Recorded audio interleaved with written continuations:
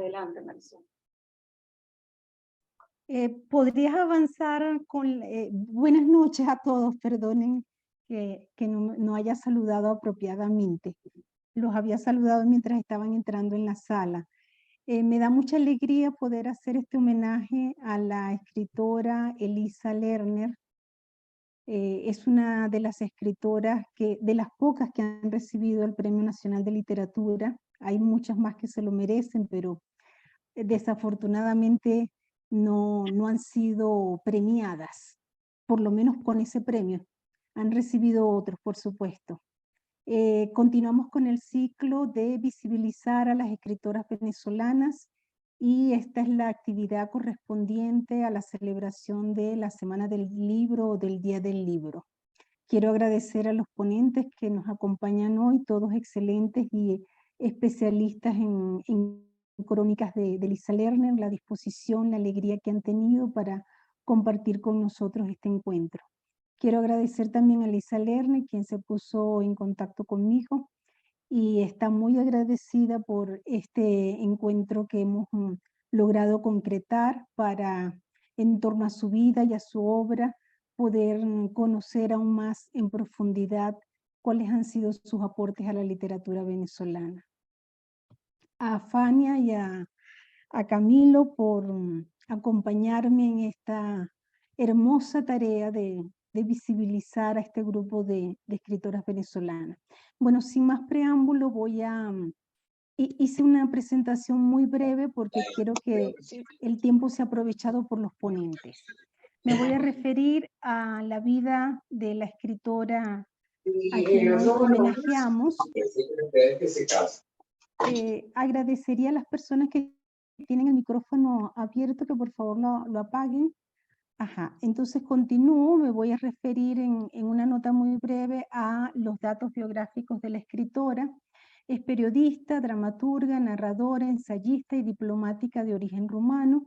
A temprana edad se traslada con la familia a Caracas, obtiene el título de abogada en la Universidad Central de Venezuela.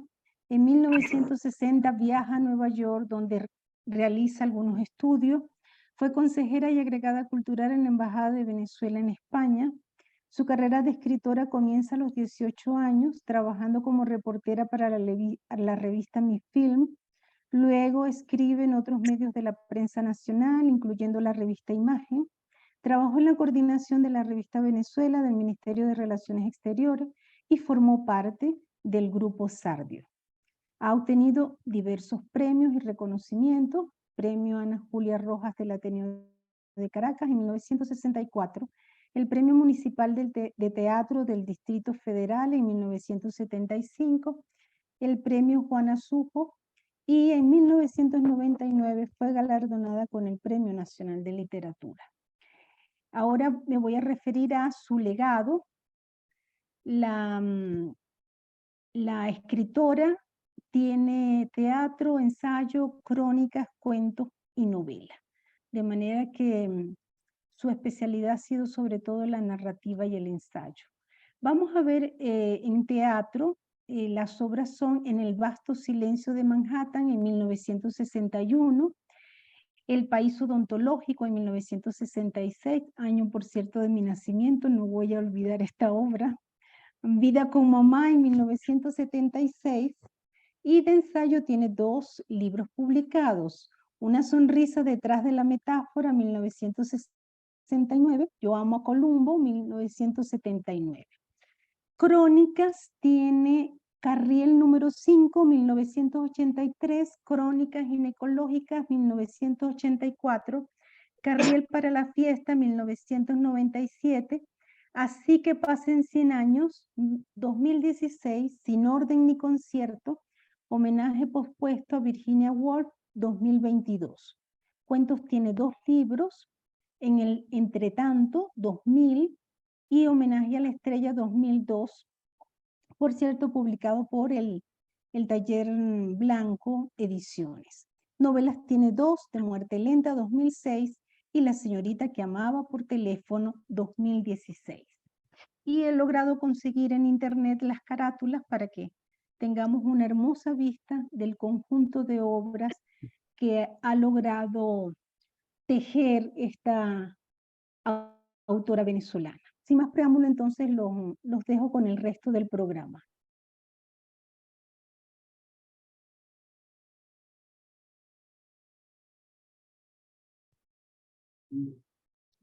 Sí, Fania, puedes continuar. Sí, les estaba mostrando las diapositivas que armaste. Las portadas.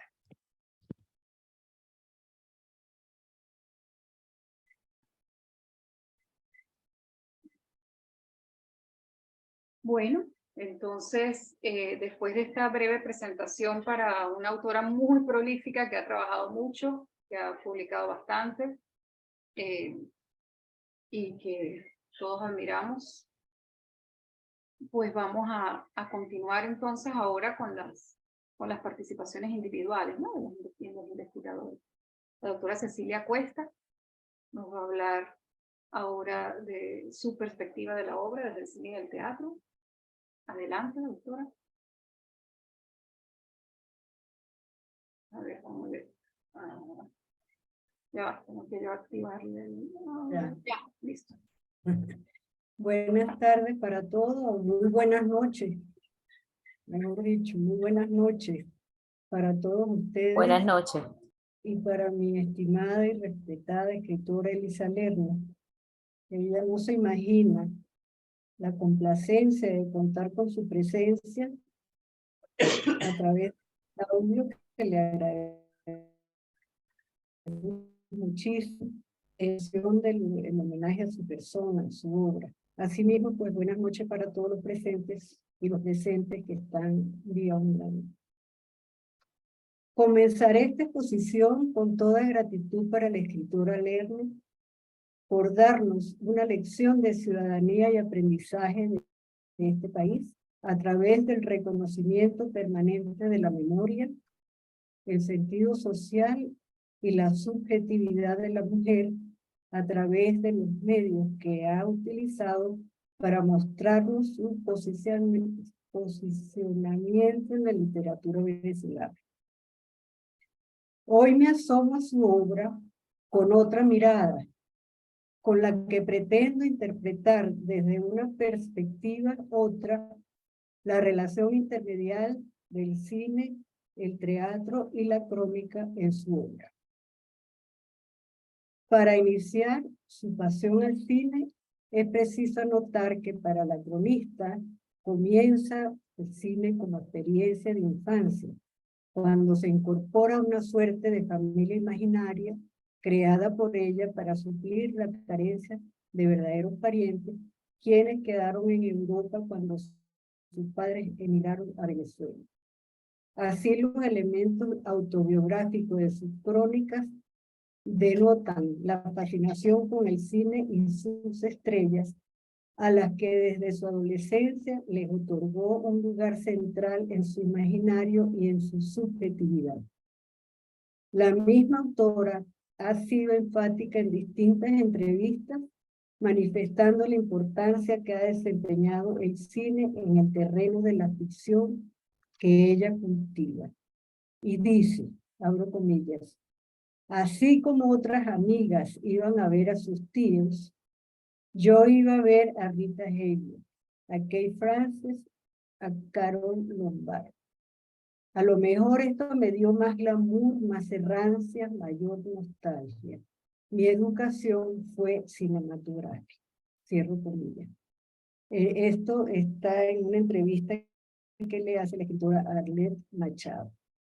Entonces, un mítico universo es de donde parte Lerner para enriquecer su escritura, no solo desde el cine, sino también desde el teatro y la crónica.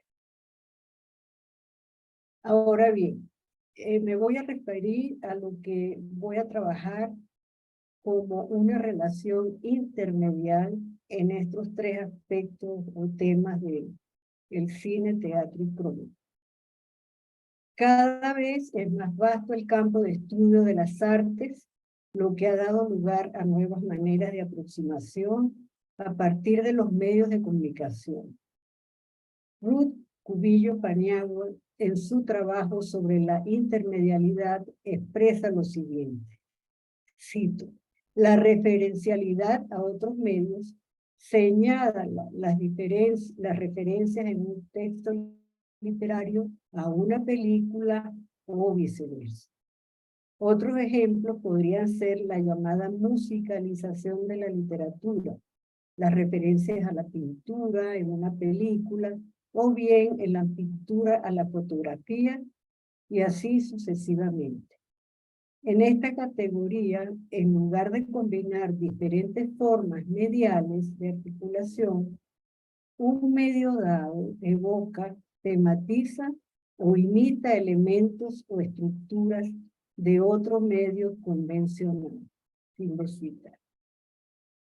Y es así como entendemos la crónica cinematográfica de Lerner en general, cuando alude a numerosas películas de las que ella ha sido fiel admiradora, así como sus conmovidas alusiones a las actrices de Hollywood, a las actrices de Hollywood, perdón.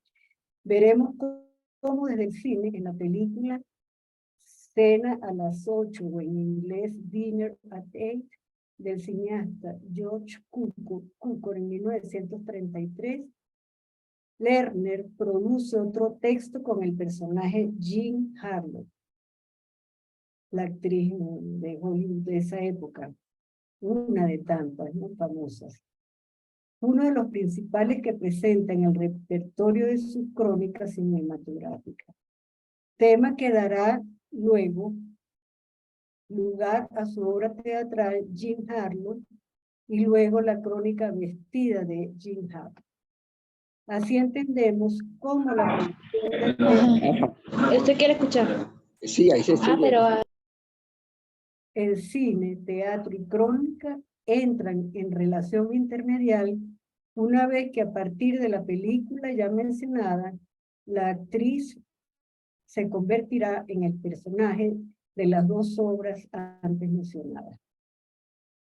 Según como entendemos la intermedialidad, lo más común es partir de la literatura al cine, por ejemplo. Y es que en el caso que nos ocupa sucede lo contrario.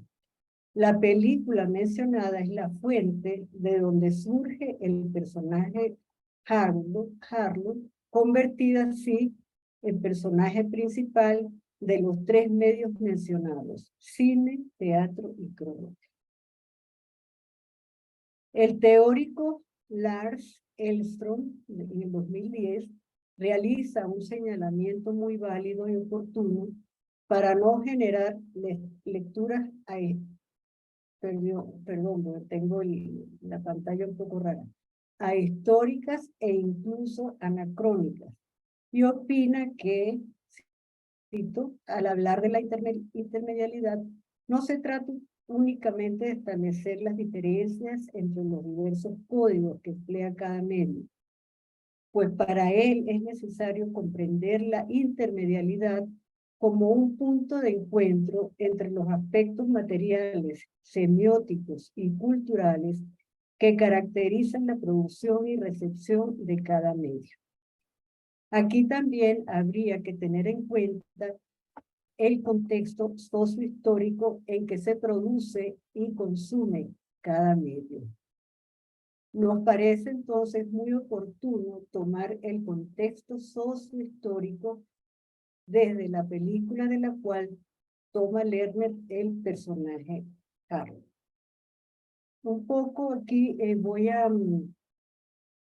explicar la actuación de la actriz Harlow en la película Cena a las 8, que es una película del año 1933, que seguramente se consigue a través de las redes, pero es de fácil adquisición, ¿no? Entonces yo le voy más o menos a construir el argumento de la película. Se desarrolla durante la época de la depresión económica, del año 29 hasta mediados del 30. Ese es el contexto de la depresión financiera, y la película se estrena en 1933.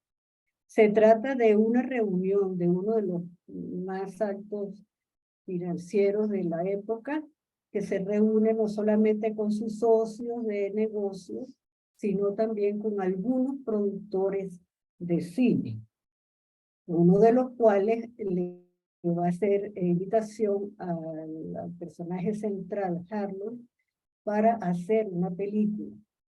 Y van a compartir una cena a las 8 de la noche. Ahora bien, es preciso señalar que la actriz representa en la película, el personaje principal, representa un poco una contrapartida de la oscuridad que ha presentado pues la crisis financiera. ¿Por qué digo esto? Porque ella la vamos a ver totalmente vestida de blanco, en su cama de sábanas blancas, con alfombras blancas, cortinas blancas, etcétera.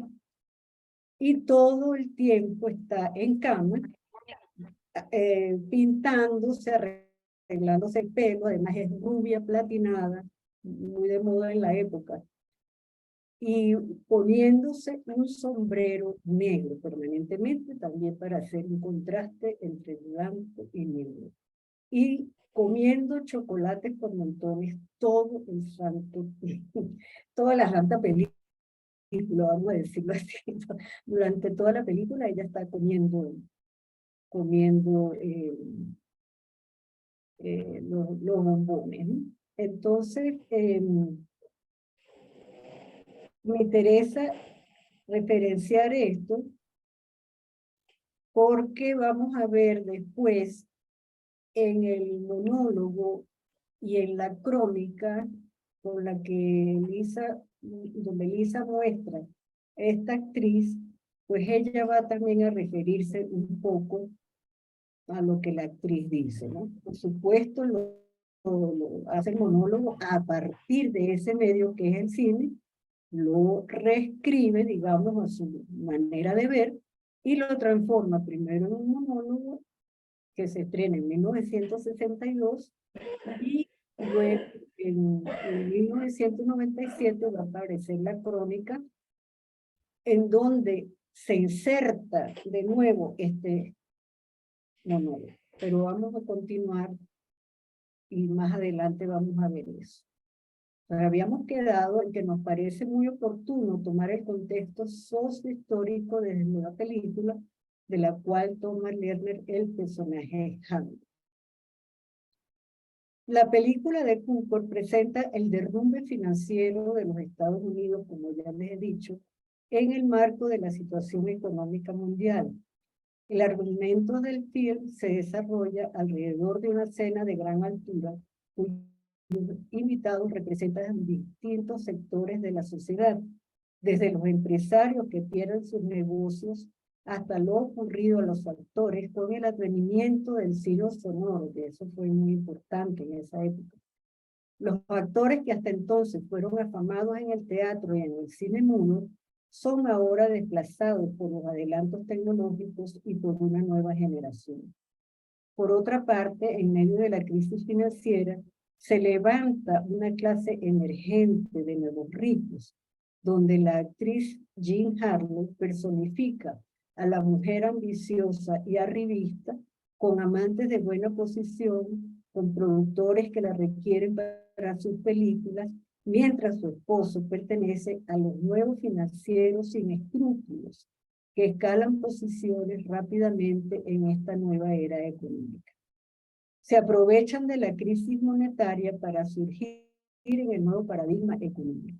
Este es el trasfondo sociohistórico que trasluce en este film una ironía para la sociedad estadounidense al tratar de esconder el escenario político, económico y social del pueblo que se debatía entre el hambre y otras necesidades. Y es que la ironía refiere a la época de escasez y hambre que mantiene el país en esa situación de miseria, mientras la actriz Harlow come todo el día y se alimenta de bombones, como ya les dije. Asimismo, la ironía del discurso, elemento esencial en Lerner, luego cuando veamos el monólogo, la utiliza para desmontar el modelo de mujer construido a partir de las actrices, tal como aparece en muchos de sus crónicas. Los objetos semejantes en ambos medios plantean similitudes como es el uso del espejo. En la película, la actriz principal, que ya hemos mencionado, no solamente come bombones, sino que permanentemente está pendiente del uso del espejo, que es muy significativo. Es preciso notar que tal vez para los años 30, el uso del espejo en el cine no tuviese la misma simbología que años más tarde tendrá. Cena a las 8 toma el espejo para sobrevalorar el papel de la actriz en época de miseria económica como apoyo psicológico de su belleza desde un aspecto narcisístico que apoya la tesis en el monólogo y dice así: yo soy la mujer más linda en Norteamérica en 1930. Así comienza el monólogo de Elisa Lerner. De hecho, Harlow es un adorno, un objeto de valor efímero mientras sea sustituido por otra rubia platinada. Verse en el espejo con los sombreros llenan su vida. La prenda de vestir mencionada acompaña a la mujer en su tránsito del espacio privado al público. Sin embargo, un cariz distinto toma el sombrero en la actriz, pues este accesorio es referencia al mundo oscuro de la finanza. El sombrero es negro. El hastío, el obligado enclaustramiento de la actriz en su cuarto y presenciando el mundo que afuera se derrumba, lleva a la mujer a comprarse sombrero y esconder la realidad en un exceso de frivolidad. Bueno, por otro lado, el teatro en Lerner.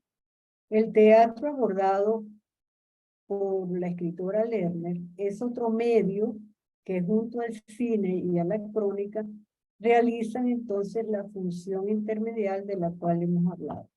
En 1945 se reconoce el teatro en Venezuela como el nacimiento del nuevo teatro venezolano con la irrupción de la incipiente democracia que ofreció nuevos escenarios para el desarrollo del teatro nacional. Nuevos estilos, nuevas concepciones innovadoras que llegarían al país con directores como Alberto Paz y Mateo, Francisco Petrones, Jesús Gómez Obregón, etc. Y otros muchos más. Según Susana Castillo, cito, el auge petrolero en el país había empezado ya a determinar cambios en todos los órdenes. Y aunque el proceso cultural siempre va a la saga de los grandes cambios políticos, especialmente en el caso del teatro, que intensifica afectar una conciencia colectiva, las expresiones artísticas comenzaron a mostrar vertiginosos cambios. Susana Castillo.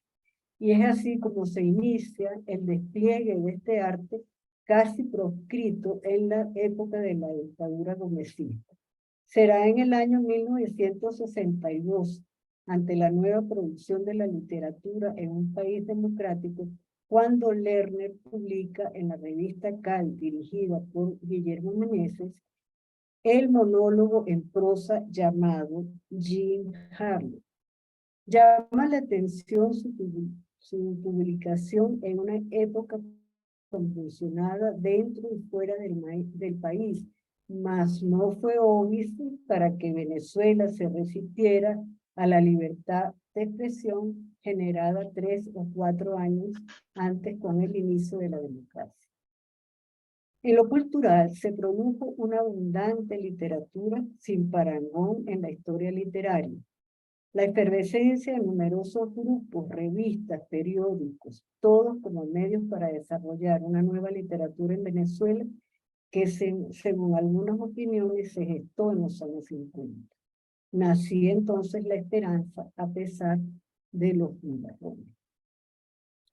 Y así llegamos a la crónica periodística literaria iniciada por Lerner desde mediados de los años 50 del siglo pasado.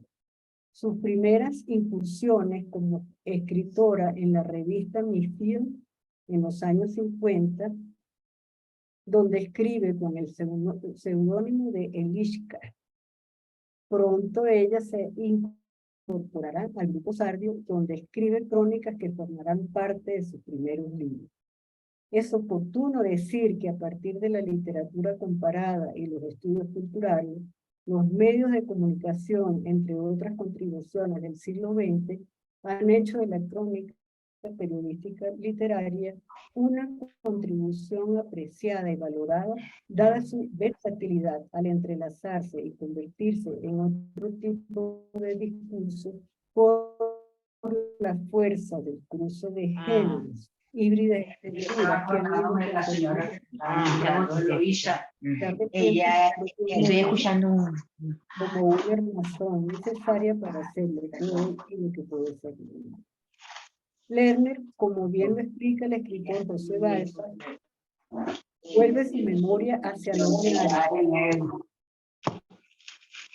lo transitorio, habitual.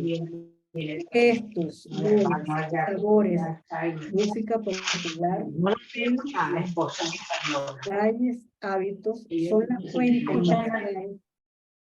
a la que nos conduce su discurso. José Balsa en el prólogo de Yo amo a Colombia. En este trabajo es interesante referirnos el trasvase que ejecuta Lerner al pasar el monólogo a otro medio como la crónica Vestida de Jean Harlow, publicada en su libro de crónicas Carriel para la fiesta en 1997. ¿De qué manera introduce Lerner el monólogo Jean Harlow en la crónica literaria? Se vale nuevamente de su pasión por el cine. Para la escritora, como ya sabemos, el cine comienza como experiencia infantil que incorporó a su texto una suerte de familia imaginaria creada por ella para suplir la carencia de verdaderos parientes. La misma autora ha sido enfática en distintas entrevistas sobre la importancia que ha desempeñado el cine en el terreno de la ficción que ella cultiva. Asimismo afirma, cito, mi educación fue cinematográfica. La crónica Vestida de Jean Harlow viene precedida de la crónica donde relata sus experiencias con el cine, su estadía en Nueva York, dejando que el tono de la narración se vaya perdiendo como un ensueño mientras está en el cine. Y dice así: los personajes de La Rosa Púrpura del Cairo salen fuera del marco de la pantalla para tener una aventura de amor y de amistad con la espectadora acérrima. Durante mi solitaria juventud en Nueva York, la adicta familia domiciliada en la pantalla de los cines de la infancia surgió vestida de Jean Harlow para acompañarme, como en los viejos tiempos, y desde el tenue susurro de los sueños habló de esta guisa. Yo soy la mujer más linda de Norteamérica en 1930. No hago nada. Me demoro en mi peinador blanco, en un lecho blanco y estoy en un cuarto todo blanco. Fin de la cita. ¿Quién es vestida de Jean Harlow? La propia voz de Lerner, la que se cuela en el monólogo, es ella misma. La palabra vestida así lo sugiere. Toma la voz de la actriz, utiliza su actuación previa en la película para exponer irónicamente el escenario social de la crisis financiera. Al mismo tiempo, la situación de la mujer actriz, quien mira la vida desde su pedestal, que vive para el estudio de cine, encerrada en un cuarto con su lecho blanco, vestida de blanco, paredes blancas y alfombra blanca. Se mira al espejo constantemente, como ya dijimos, y con un dejo de tristeza ve su propia realidad. Yo soy la mujer más linda de Norteamérica en 1930. No hago nada. Me demoro en mi peinador blanco, en un lecho blanco y estoy en un cuarto todo blanco. Me levanto tarde. En 1930, en Norteamérica, soy una de las pocas personas que se levanta tarde. Hay una gran depresión, hay hambre, el cielo oscuro sin pájaros. La gente en este tiempo se levanta muy temprano. Incluso a veces ahorran los lechos. No duermen. Muchos restaurantes han quebrado. No hay comida, hay hambre, pero no pasa conmigo. Yo, además de ser la mujer más linda de Norteamérica, soy artista de la pantalla. No solo como 3 comidas diarias, como bombones, cajas enteras y pronto la uniformada sirvienta vendrá con la vajilla de plata del desayuno. Mientras tanto, como bombones, aquí en el lecho blanco, sin decir. La intención de Lerner es evocar una actriz que bajo la aparente frivolidad de la película en su crónica es mujer preocupada por la realidad. Así quiere verse en los espejos ilusorios del cine y en los sueños que fabrica para ocultar la debilidad de los intereses económicos y sociales.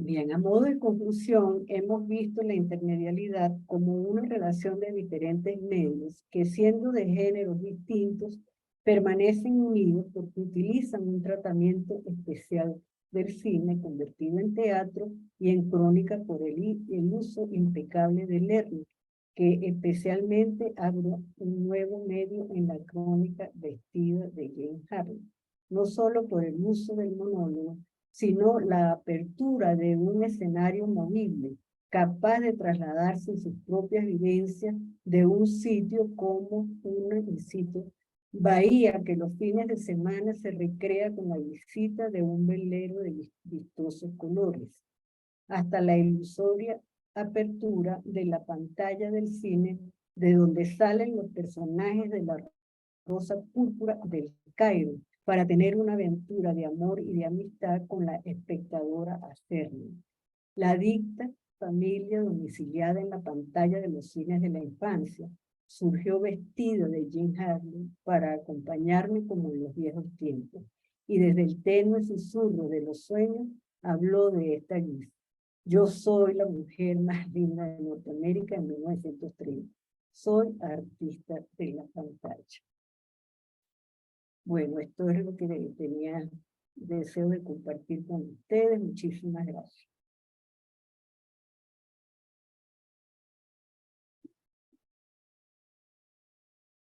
No sé si se harán las preguntas en este momento o más tarde, Marisol. Pues probablemente, dado que quedan varios ponentes, quizá vamos a dejarlo para el final, así como lo hemos hecho, ¿sí, Marisol? Pero de verdad que Sí, así lo vamos a hacer. muchísimas gracias, profesora. Para nosotros, a mí se me olvidó decir al principio, pero Bordes tiene ese nombre precisamente por el tema de las transdisciplinas, tanto en las artes, humanidades, humanos, y pues para nosotros es un placer este tipo de intervenciones. Muchas gracias. Muchas gracias. Ahora, pues le damos la palabra entonces a la profesora Josefina Barajas de la Universidad Central de Venezuela. Bienvenida. Por favor, les recuerdo a los demás apagar sus micrófonos. A mí no me gusta ser tan dictadora de apagárselos yo, pero lo hice un par de veces, pero no soy tan rápida. Es mejor que todos lo tengamos apagado y lo abrimos a la hora de volver a conversar, para que no entre ruido de gente pasando, etc. Okay. Comienzo. Adelante. Buenas noches a todos. Me complace mucho estar hoy junto a ustedes en este homenaje a la escritora venezolana, nuestra escritora, Elisa Lerner. De modo que quiero darles las gracias a la Fundación Cultural Bordes a la editorial El Taller Blanco y a la Maestría en Literatura Latinoamericana y del Caribe de la Universidad de los Andes, por invitarme a participar en este homenaje a Elisa Lerner en el marco de las celebraciones del Día del Libro de este año 2023. Las crónicas de Elisa Lerner ocupan un lugar muy importante desde mediados del siglo pasado en la producción nacional de ese género ensayístico, didáctico, pero también narrativo, que es el de la crónica en su aparición periodístico-literaria. El género crónica, como ya sabemos, es del tipo capaz de transitar con libertad por los discursos de la historia, de las ciencias sociales en general, pero también por el discurso del periodismo y por el de la literatura. En Venezuela contamos con valiosos y destacados escritores de crónicas periodístico-literarias, procedentes del campo de la historia, del periodismo y de la literatura. Entre ellos están Pablo Antillano, José Ignacio Cabrujas, Sergio Dávar, José Roberto Duque, Benjamín Figman y Milagros Socorro. Pero hay más autores, muchos más, como Alberto Barrera Tisca, Héctor Torres, por solo nombrar dos. Un claro signo de la relevante importancia de la escritura de crónicas de Elisa Lerner en Venezuela es el hecho de que sus textos, originalmente aparecidos en suplementos de diarios nacionales, como El Nacional, o regionales, como el diario La Verdad, y en revistas literarias como Cal o Imagen, luego pasaron a ser reunidos en compilaciones, es decir, a tener una segunda aparición a finales del mismo siglo XX. Pero ahora en forma de libro. Yo amo a Columbo o La Pasión Dispersa es un ejemplo de ese hecho. Es un libro con textos del año 58 al 78 que fueron publicados en ese otro formato y pasaron al libro. En la segunda década del siglo XXI, sus libros se juntaron todos en ese gran texto titulado Así que pasen 100 años, Crónicas Reunidas, publicado por el magnífico equipo de la editorial Madera Fina en el año 2016. Ese volumen contiene 5 libros de crónicas de la autora y más de 10 crónicas sueltas. La reaparición de las crónicas de Lerner ha continuado en este siglo XXI. Después de Así que pasen 100 años, Crónicas Reunidas, hemos vuelto a ver la publicación de forma individual de uno de sus 6 libros de crónicas, que se trata del caso de Crónicas Ginecológicas publicado en el año 2021 por los Cuadernos del Destierro, una editorial venezolana radicada en Argentina. Las reediciones ya son un índice de que las crónicas de Elisa Lerner ocupan un lugar importante entre los lectores venezolanos. Las reapariciones impresas de sus textos a través de distintas editoriales responden al interés de los lectores en sentido amplio.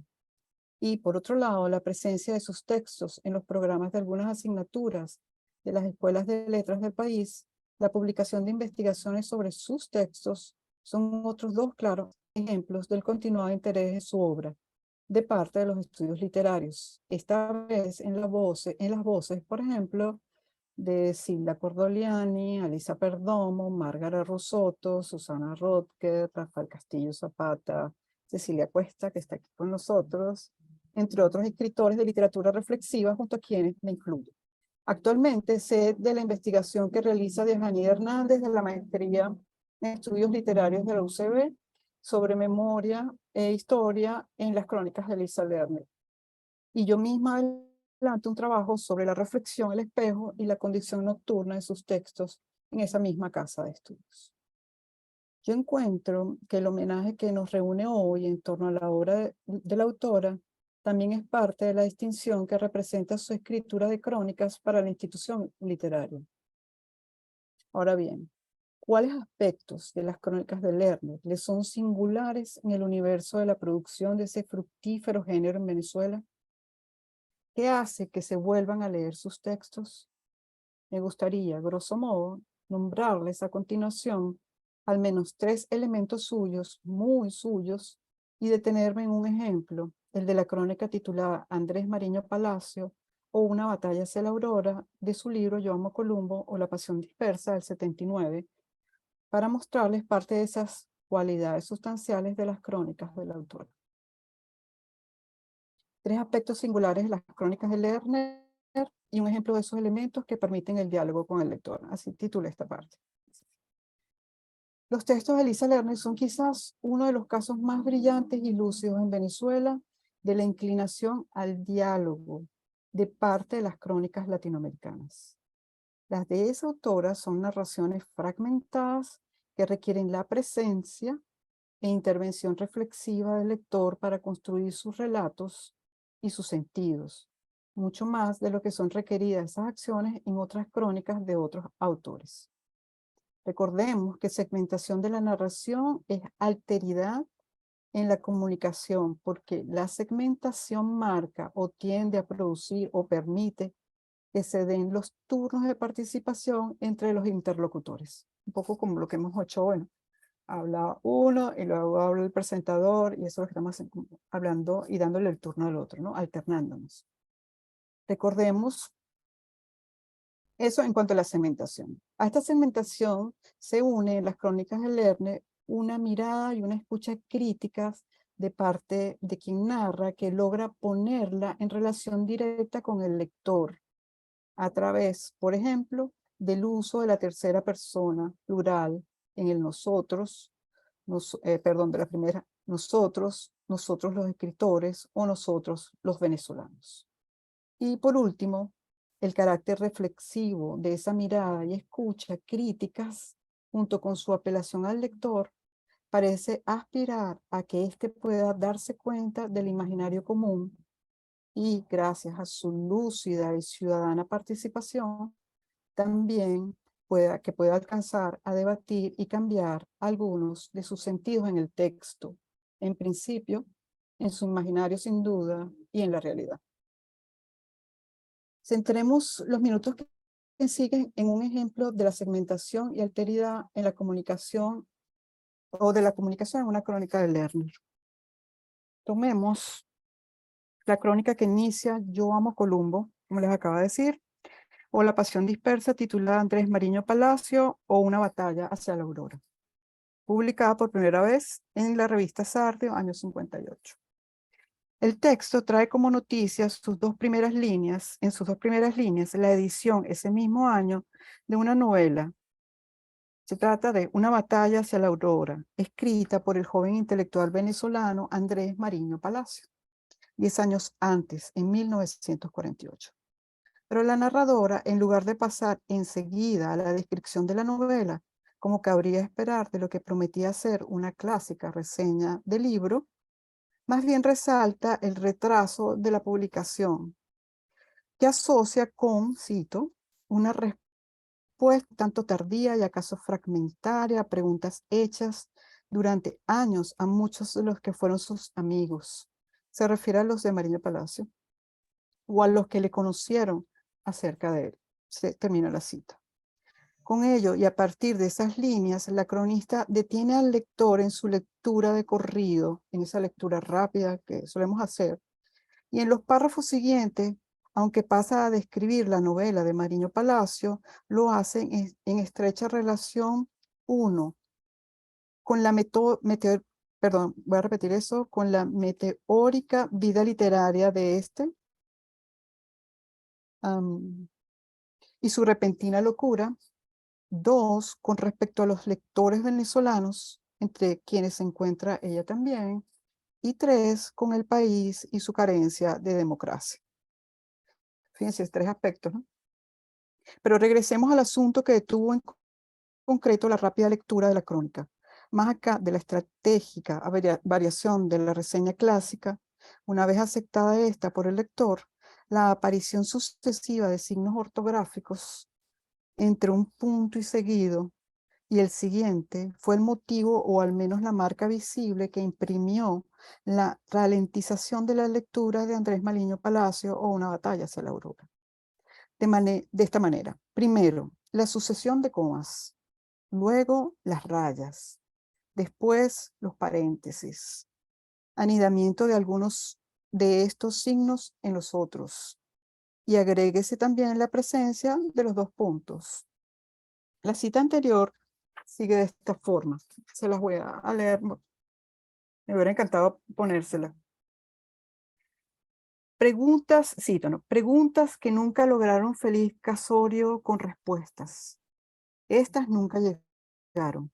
Se nos contestaron ambigüedades, neblinas equívocas, distraídos monólogos de olvido. A Andrés Mariño Palacio, el escritor adolescente, el escritor de 20 años y de inteligencia estallante como un deseo, como un diamante cruel, pocos meses luego de haber concluido esta batalla hacia la aurora, se le desintegró la sensibilidad en mal destello de caos. De quien habría de ser el escritor venezolano, qué duda cabe si es que el destino no dudó antes, de universales cultos, solo quedó un joven raciocinio desollado en una sufriente casa de reposo, señalándose así de nuevo que si el creador siempre tuvo humanas limitaciones con nuestro país de pequeña sociología, hay otra máxima limitación, Venezuela misma. Así cierra la cita. La proliferación y sucesión de los signos ortográficos parecen tasajear el párrafo en trozos de material que podrían separarse y leerse independientemente unos de otros, llevándonos a concentrarnos en cada uno o en grupos de ellos, a tomarlos como posibles pretextos para otros nuevos discursos, componentes de un texto mayor. En otras palabras, el párrafo, que en sí es un segmento recién desprendido de la crónica, por efecto de la propia escritura de la cronista, se divide en partes capaces de actuar por cuenta propia. ¿En dónde se nos relentificó entonces la lectura una vez comprendida la sustancial y estilística presencia de los signos ortográficos? Al parecer, en las reflexiones que generan y delimitan esos signos. Es decir, es el segmento que va creando. La cita anterior y todo el resto de la crónica que le sigue, en lugar de representar un discurso de lisa y clara narración continua para tranquilidad del lector, frase a frase, párrafo a párrafo, le plantea interrogantes. ¿Cuáles son o eran esas preguntas aludidas por la cronista que no lograron feliz casorio con respuestas? ¿Por qué nunca lograron respuestas? ¿Quiénes debieron contestarlas? ¿Por qué no dialogaban los responsables de esas aclaratorias en lugar de presentar distraídos monólogos? ¿Y quién fue Andrés Mariño Palacio? ¿Por qué perdió su inteligencia, su raciocinio? La crónica invita al lector a indagar quién fue Mariño Palacio, qué significa pequeña sociología, por ejemplo, y a contestar las interrogantes, conocer el relato, completar sus sentidos. Estos operan como repiques de un despertador en la prosa del imaginario, añidos en la conciencia del lector. Ese mismo movimiento de extensión de las palabras las mantiene ligadas a la crónica, permitiéndoles moverse y reagruparse, de modo similar a los contorneos y energías de un muelle o de un resorte para avanzar en la lectura en cuanto lo decida el lector. De modo que este viene a hacer juego de sentido con la cronista, mezclas de sentidos, cambios en el curso de la lectura.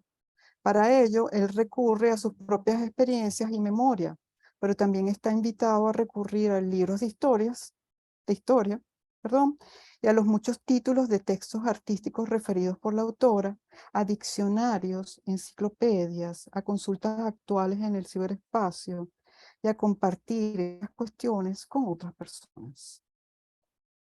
Los libros de Lisa Lerner, dice Rafael Castillo Zapata, cito, están llenos de estos encuentros fortuitos con una frase, una idea que, de repente, germina en medio de la página y se hace aflorar una compleja gama de referencias que permanecían, acaso incluso para ella misma, ocultas antes de esa feliz conjunción de los contrarios que da lugar a la imagen en el chispazo de la revelación. Termino la cita.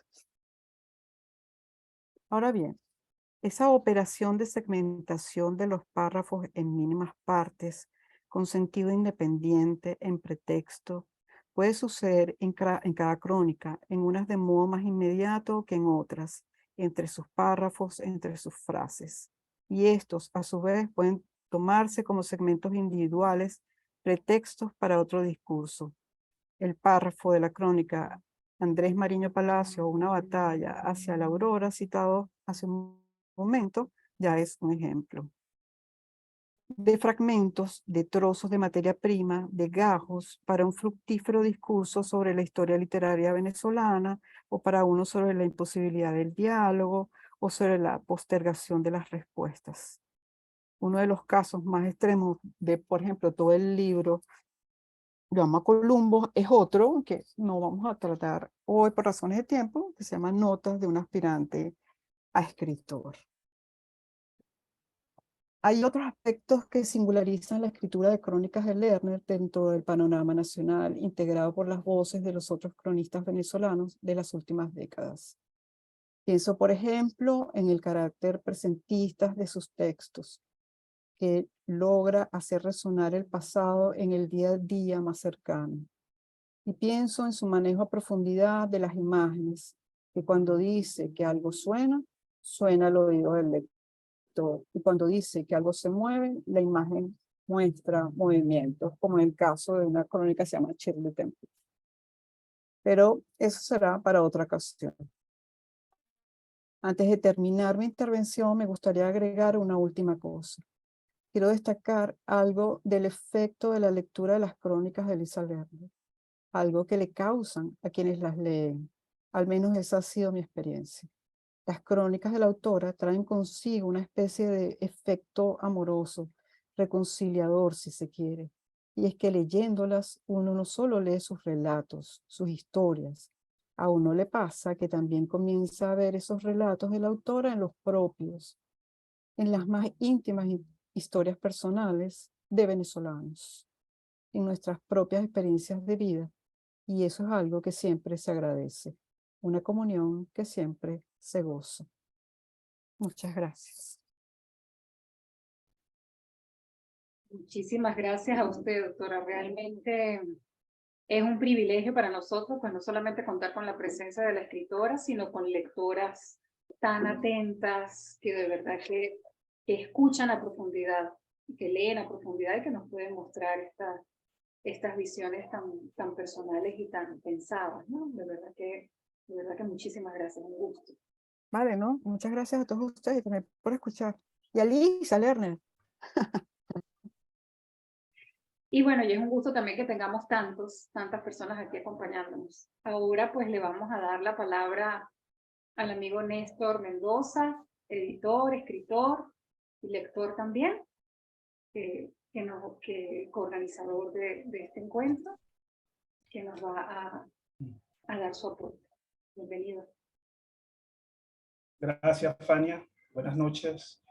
Encantado de estar aquí con ustedes, compartiendo en este gran marco, en este ciclo de escritoras venezolanas, dedicada a la querida Elisa Lerner, una autora que admiramos, que leemos y seguimos, en mi caso personal, como lector y también como editor.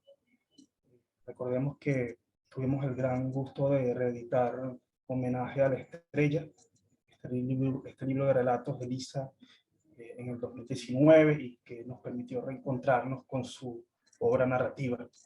Gracias también a la Maestría en Literatura Latinoamericana y del Caribe de la Universidad de los Andes, gracias a la Fundación Cultural Bordes por hacer esto posible. Encantado también de estar junto a Cecilia Cuesta, a María Josefina Barajas y a Otto Rosales. También nuevamente saludos a Tifania, a Camilo Mora y a Marisol García.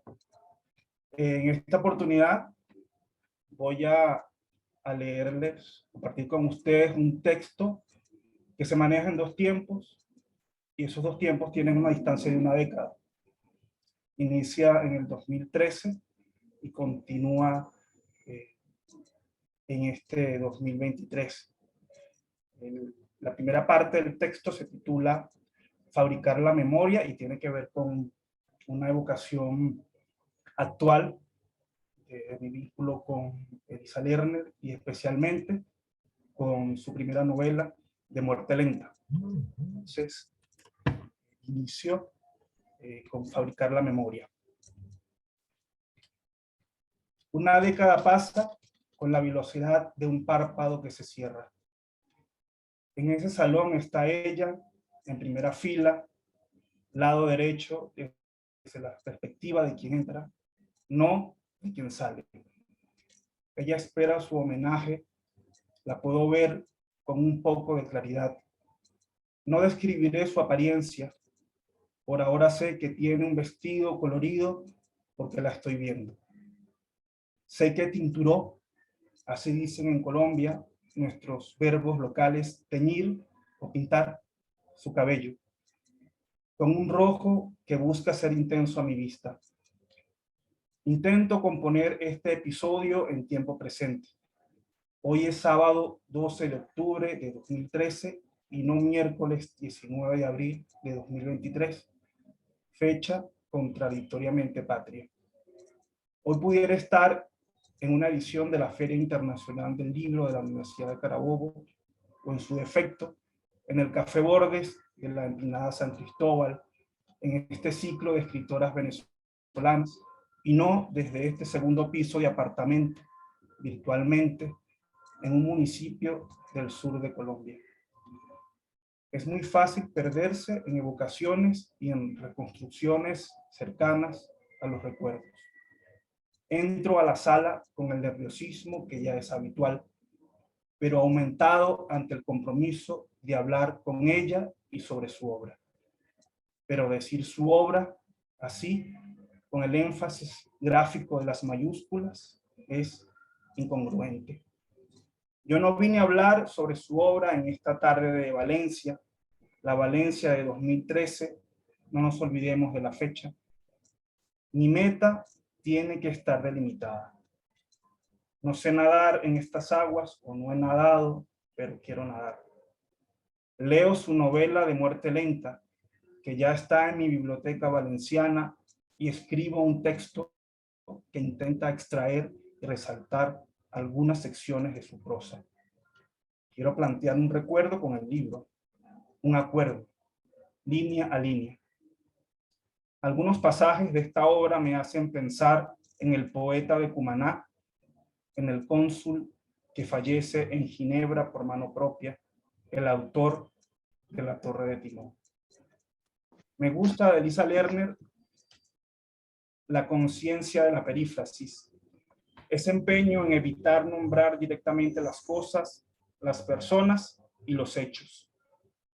Debe resultar raro verse, o verme a mí, en este escenario. Un joven de 27 años que se dispone a hablar sobre la primera novela de Elisa Lerner. La Elisa Lerner que luego, en 2016, publicará otra novela, La señorita que amaba por teléfono. Debe resultar raro, insisto, que un joven que tendrá 37 años en 2023 hable con 27 años sobre De muerte lenta. ¿La leíste completa? Me dice ella, Elisa, cuando me siento a su lado y me presento. Le doy mi ejemplar de muerte lenta y gesticulo una solicitud de autógrafo, porque yo pienso que debe ser algo así como un autógrafo y no una sencilla firma de libro. Su dedicatoria se pasea en la portadilla de mi edición. La leo y una sonrisa tímida es el preámbulo de mi huida hacia la tarima. Me esperan Victoria de Estéfano, Eda Armas y Antonio López Ortega. Cuando pasen 10 años, estarán Cecilia Cuesta, María Josefina Barajas y Otto Rosales. Estarán ustedes. Tengo en mis manos 3 o 4 cuartillas malamente engrapadas. Miro a los asistentes, a los escritores y escritoras que están allí, o allá, o acá, para ser más objetivos. Este es un viaje en el tiempo, me parece. Estoy hablando de un pasado con el auxilio de la memoria, no siempre honrada. Un buen poeta y lingüista peruano, Mario Montalbetti, escribe, y cito a continuación: esto nos debería advertir ya de entrada que confiar en la memoria es algo que debe hacerse con mucho cuidado, porque no es otra cosa que confiar en algo que hemos fabricado nosotros mismos. El ser humano es, entre otras cosas, homo faber, hacemos cosas, entre ellas la memoria. Fin de la cita. No estoy recordando, fabrico una memoria afectiva que me vincula de alguna manera con la autora. Hoy estoy leyendo De muerte lenta, año 2013. Quisiera concebir la memoria, vale decir, recordar a Elisa Lerner como un pequeño homenaje. En otras palabras, el recuerdo como homenaje. Recordarla ahora mismo como un homenaje. De ahora en adelante hablaré como si no la conociera aún, como si acabara de leer su primera novela, como si pudiera volver a ese pasado fabricado por mi memoria, antes de la migración. Entonces, a continuación leo esta segunda parte, Elisa Lerner en la Torre de Timón, y lo que significa un viaje al pasado, al 2013, a Valencia. Entonces inicio con la segunda parte. Elisa Lerner en la Torre de Timón. No conozco en persona a Elisa Lerner, sin embargo, desde esa extraña proximidad que otorgan los libros, imagino a una dama paciente, una exigente lectora que raya los libros con firme y fina tinta y resalta alguna frase aparentemente reveladora para comprobar su validez, dejándola al margen de la página, dubitativa. También imagino a una mujer selectiva que no pierde el tiempo con titulares mal escritos. Una pequeña certeza aparece en medio de todo. Su participación en el grupo Sardio, junto con Ramón Palomares, el poeta de Escuque. Sentirá Elisa Lerner el mismo fervor que yo abrigo por El Reino y Paisano. Es mucho lo que se puede especular desde la distancia, cuando aún no existen lazos afectivos directos o se ha compartido un café en un eventual encuentro literario. Quienes sí la conocen la describen con noble y serena devoción. Esa devoción que demuestra, por ejemplo, Antonio López Ortega. Cito: Elisa nunca desanda su marcha, solo espera a su alrededor armonía, el vino tinto de la amistad y quizás una hermosa prosa como la suya, que la puede distraer en una tarde cualquiera. A esta lista se le suma Rafael Castillo Zapata, quien resalta el talante burlón y corazón de sigilosa bromista. Hasta ahora, recuerden que hablamos y que estamos en el 2013. De muerte lenta es la única novela publicada por Elisa Lerner. Su prosa es robusta, suntuosa por momentos y posee la carpentiana severidad de un palacio de justicia. Se necesita mucho silencio para escribir una novela de este tipo y mucho silencio igualmente para leerla. Quien tenga prisa no podrá saborearla, equivocará la estación y bajará en un lugar donde abunda el desgano y la apatía. Podemos comparar esta novela con una mujer ciertamente exigente, que exige un cortejo apropiado. Apresurarse sería un naufragio argumental. De muerte lenta requiere de un lector paciente y, como ya ha dicho la autora, nuestro pasado ha sido una ruinosa y sangrienta impaciencia. José Antonio Ramos Sucre respira como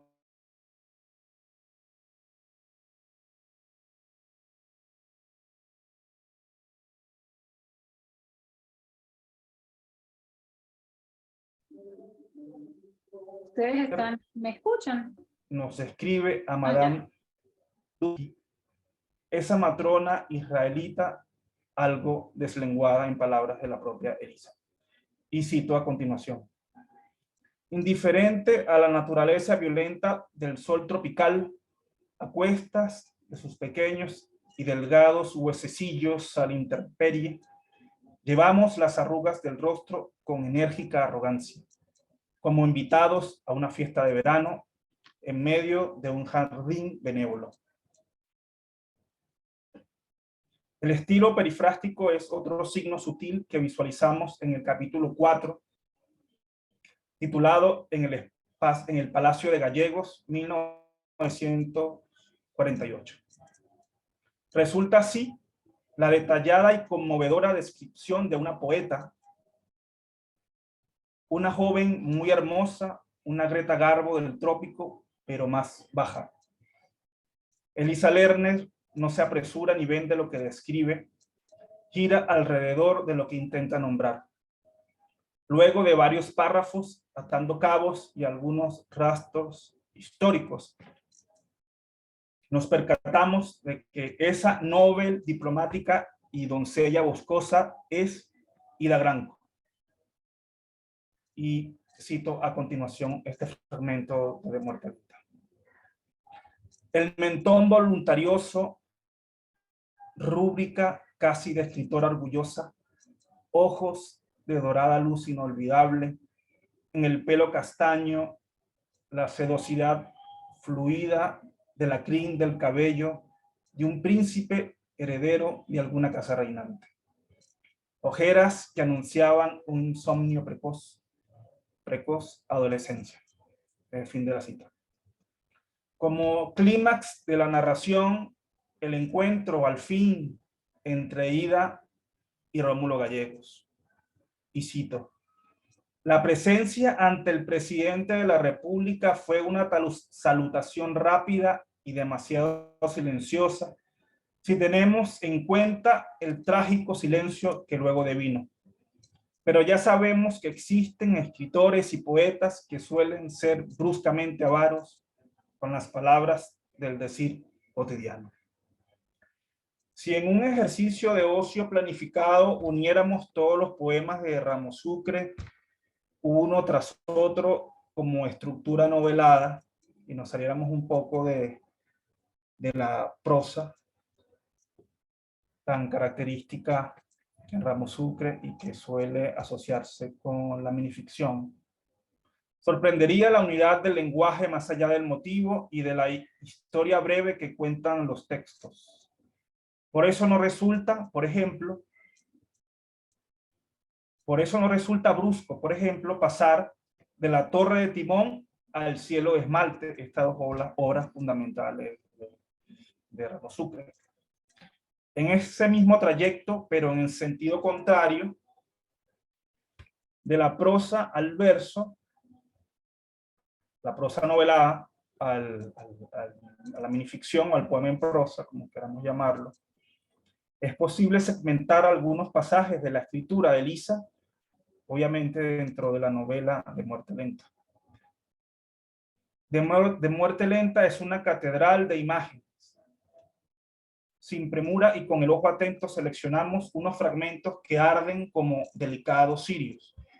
Y en este sentido yo pues, tuve el atrevimiento como lector de apropiarme de un fragmento de Muerte Lenta y segmentarlo en verso y leerlo como un poema, no en verso, no en prosa, sino en verso. Y cito este fragmento de Muerte Lenta. La fiesta antigua se ilumina con las dificultades de prender fósforos en la oscuridad de la memoria. No tardarán a aparecer la pequeña llama azul, alegre, como un bombacho árabe. La llama del recuerdo, su insegura corona. Mínima cúpula dorada y temblorosa. La escritura de Elisa Lerner tiene el lenguaje sin fracturas sintácticas de Ramos Sucre y el empleo de abundantes epítetos, como por ejemplo, antiguos afeites, subidas pinceladas, disimuladas amenazas, descarada turbación, ulterior derrumbe, primorosos cobertizos. Y quienes han leído, obviamente, parte de la obra de Ramos Sucre y al menos parte de la obra de Elisa Lerner se darán cuenta que Elisa Lerner tiende a utilizar este tipo de elementos retóricos de la mejor manera. En este rigor se halla incluso paisajes burlescos. Entonces cito este otro fragmento, donde notamos pues este carácter burlesco en De muerte lenta. A la hora del alba, con el pretexto de no engordar para retener al marido, no tenían que salir corriendo a costosísimos gimnasios femeninos y de paso librarse más temprano que otras de un crónico semen que ya forma parte de su maquillaje nocturno. Fin de la cita. En otros fragmentos de la novela, además de la acotación escénica, y esto obviamente se vincula con su obra vinculada con la dramaturgia, podemos notar también la acotación escénica, también reconocemos una afiliación cercana a la poesía objetivista. Con mirada clara, simple y distanciada, el entorno cotidiano se muestra a sí mismo y no se regodea con el deslave de las emociones. Aparece el llamado de una voz que mira y que exhorta. Y así nos dice Elisa en De muerte lenta. Amigos, os reconozco. ¿De dónde suenan ruidos de metralla, polvareda militar de golpe de estado? Llega una bala a la ventanilla, timbre sangriento. De muerte lenta hay que leerla como se lee Las soledades de Góngora, y también pienso yo que la obra de Elisa Lerner debe leerse y sin la necesidad de en este momento de realizar comparaciones odiosas, pero pienso que debe leerse un poco como si leyéramos Paradiso de Lezama Lima, y que por ejemplo, Julio Cortázar decía que hay que leer a Paradiso como si estuviésemos consultando esa novela. O sea, no hay que leerla, sino consultar a Paradiso. Y también pienso que De muerte lenta de alguna manera funciona con esta misma dinámica como lectores. Rafael Castillo Zapata ha dicho que De muerte lenta es un pequeño tratado de política moral, el cual intenta rescatar los recuerdos morales que casi no existen en el país. Por eso los personajes dibujan la silueta de un Rómulo Gallegos trágico y lúcido, reconstruido desde el ojo nostálgico de quien narra. Hasta el día de hoy cuesta creer la breve pasantía presidencial de Gallegos, un hombre excesivamente culto y constitucional, incómodo para los hombres con fusil y uniforme. Da la impresión de estar leyendo el testimonio de una resaca heredada o el relato de un desacierto fechado en 1948.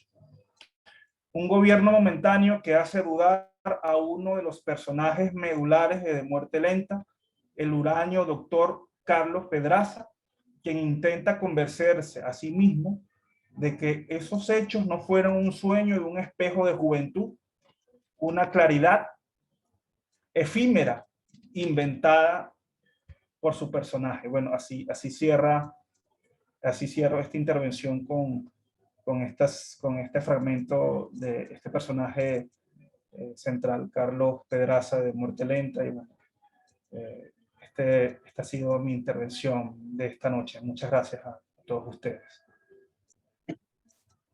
Gracias, Ernesto. Néstor, perdón. Muchas gracias. Pues bueno, de verdad que sí tenemos que un privilegio también tener creadores, ¿no? A la vez que estudiosos en estas intervenciones. Vamos a cerrar ahora con alguien de la casa de acá, Otto Rosales Cárdenas, profesor de la Universidad de los Andes y de la literatura, de la maestría en literatura latinoamericana y del Caribe de la ULA Táchira. Quien también va a hacer referencia a la crónica desde su visión también muy personal, como han sido las visiones de cada uno de los presentes.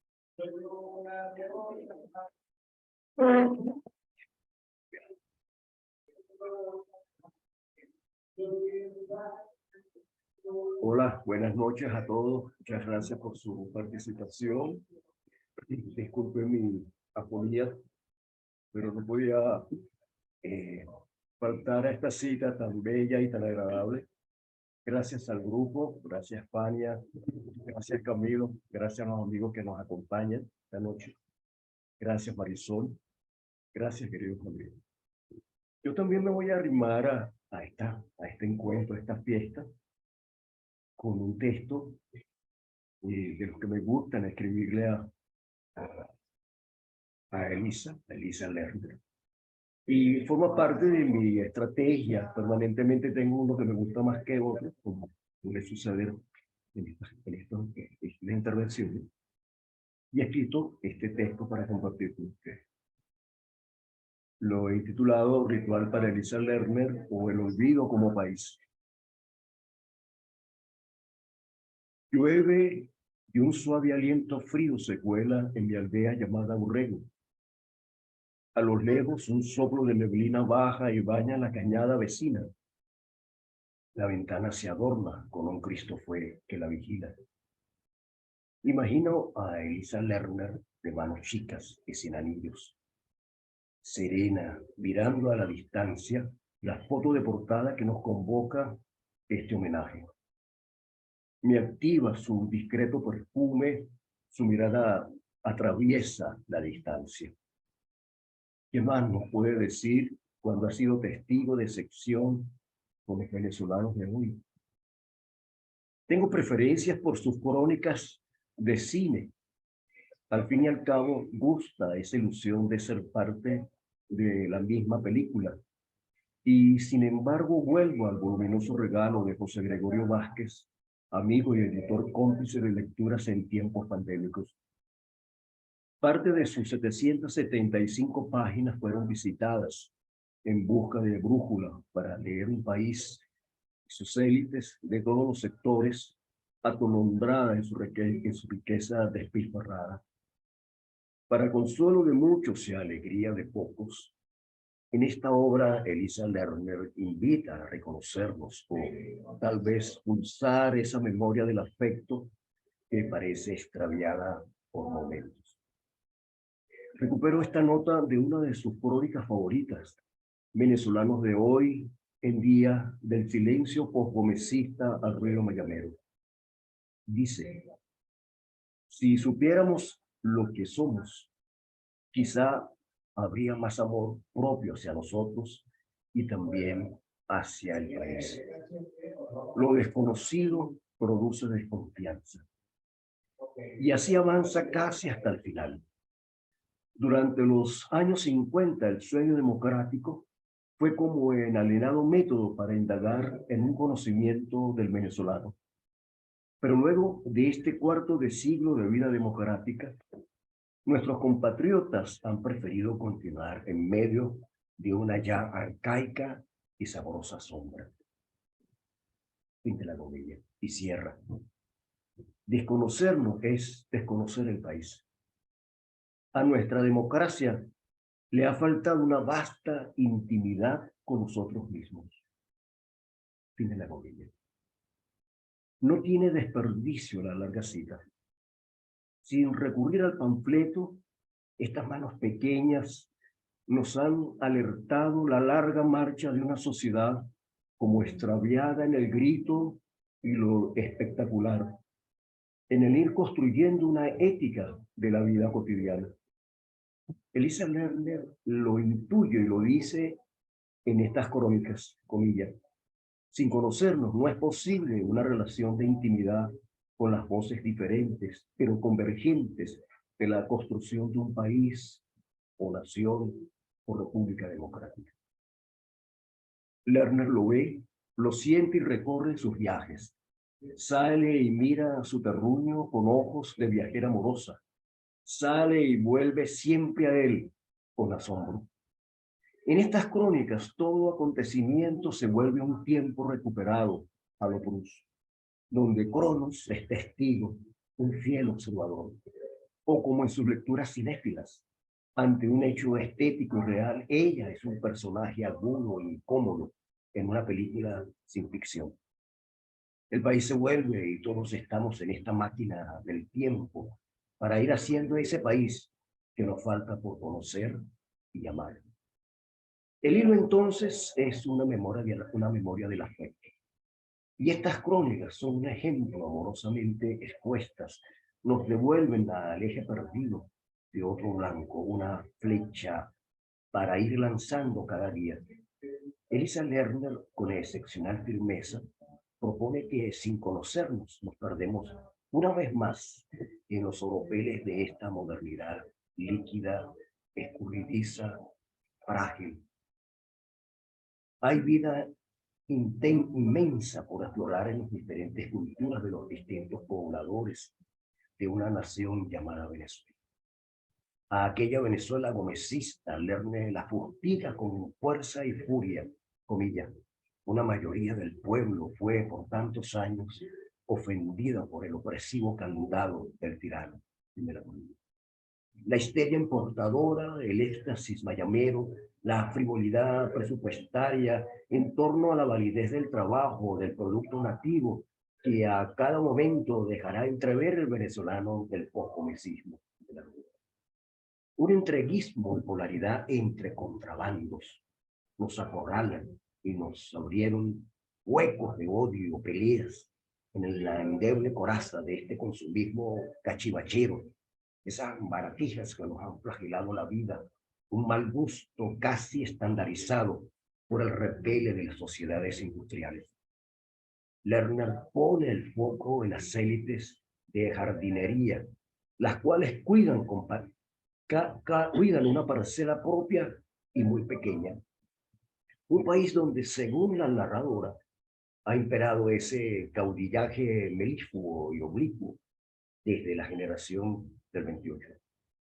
Tendremos que pensar en las que están todavía en vías de volverse alternativas del poder.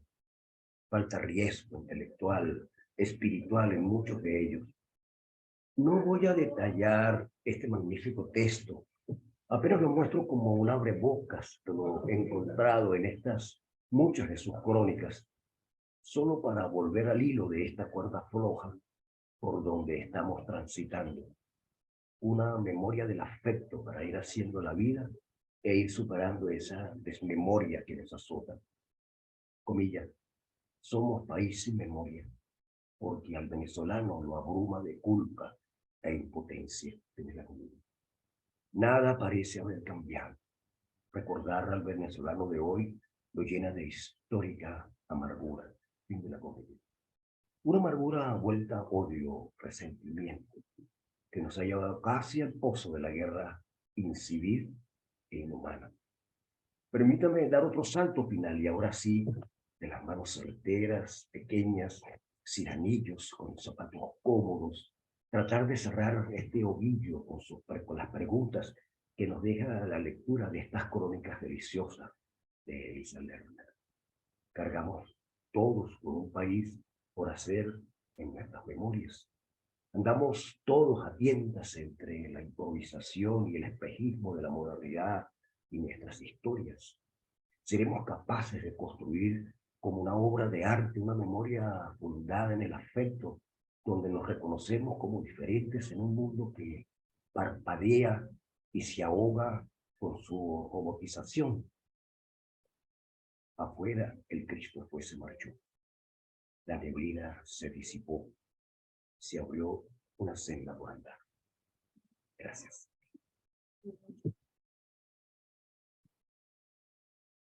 Bueno, yo sé que están casi todos silenciados, pero siento que el espíritu aquí hoy, porque hemos estado de verdad conectados y que hemos tenido ganas de aplaudir a todos los ponentes por estas participaciones tan sentidas, tan reflexivas y tan afectivas, de verdad. Pues muchas gracias, no sé, pues ahora pues llegamos al momento final de compartir, en el caso de que haya preguntas, comentarios, intervenciones. Aprovechen que este es el momento. Mientras se animan, les comento que Bordes es una fundación que existe desde el año 2010 acá en San Cristóbal. Tenemos un sitio web que funciona como revista cultural, www.bordes.com.be. Tenemos revista de estudios culturales, que está en el servidor de Saberula. Nos pueden conseguir por las redes como @Fundación Bordes, en Instagram, en Facebook, en Twitter, y estamos a la orden. Este es nuestro objetivo, pues no, nosotros deseamos que haya espacios como estos, espacios donde podamos compartir los temas que nos interesan, porque se habla, con las artes se habla de lo humano, se habla de cosas importantísimas, directa e indirectamente, y pues nos encanta esto de poder usar discursos. ¿Se animó alguien a participar por ahí?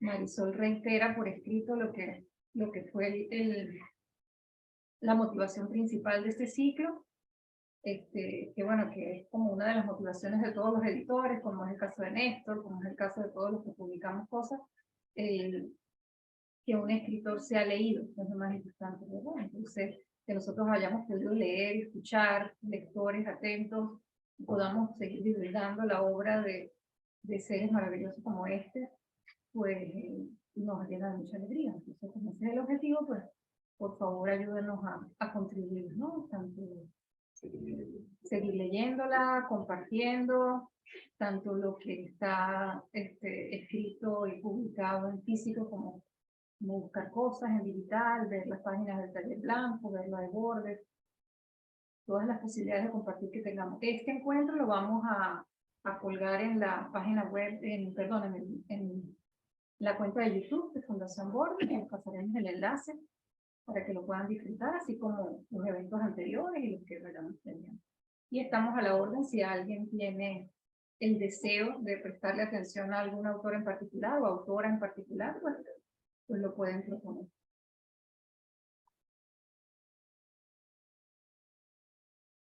A ver, por ahí alguien levantó la mano.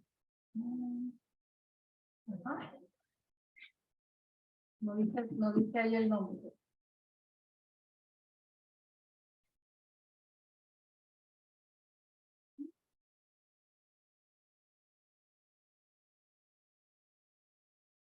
Perdón, Veo una pregunta en el chat de la profesora García Romero. Me pregunta qué temas sugiero a los investigadores sobre el estudio de las crónicas de los escritores venezolanos. Wow, hablan tanto de la cotidianidad que creo que sería interesante abordar cualquier tema de la cotidianidad, desde lo que fuese, por ejemplo, los afectos. Me parece súper interesante, ya que se ha tocado hoy ese tema, cómo se muestran los afectos, la gestualidad también me parece interesante trabajarla en las crónicas. Las cruces entre crónicas también por temas que les interesan y son recurrentes entre ellos. Creo que sin proponérselo, porque es que son parte de su lectura de la realidad. Creo que, bueno, esos podrían ser. Hay muchos. Gracias, profesora. Pues sí, yo particularmente también soy amante de la crónica, de la literatura de correspondencia, de los diarios, de todas esas cosas, de la dramaturgia también. La literatura venezolana tiene una fuerza también en esos géneros que quizá no son tan santificados como la novela, por ejemplo, o la poesía. Vale la pena echar un vistazo por ahí, ¿no? Sí, bueno, estaremos pensando. Sí, fíjate, algo que me parece importante y no lo dije ahora que estaba diciendo que se podría trabajar, las características del género. Por ejemplo, ese deseo, esa necesidad que existe de definirla, que ya, digamos, como un género con rasgos muy visibles, y más bien trabajarlo como se trabajan todos los géneros, muy pocos son puros. Es decir, ver cómo se balancea. Aquí, por ejemplo, se dijo esta noche que algunos libros que, por ejemplo, algunos consideramos crónicas, algunos llamaron ensayos. Entonces, bueno, eso podría ser interesante, ¿no? Mirar qué balance hay allí, a qué estamos llamando ensayo, por qué lo llamamos así, por qué no lo llamamos de otra forma. Podría ser. A mí me interesaría mucho. Me parece muy válido, sí. Cada vez los bordes se van difuminando más, ¿verdad? Por allí Mayra Villamizar dice Elisa Lerner y la gramática sociohistórica. Ciertamente, ¿no? Esos aportes a través de esos textos, además tan breves, que no pretenden ser ni tratados ni análisis, y sin embargo nos dicen tanto, ¿no? Sobre nuestra sociedad.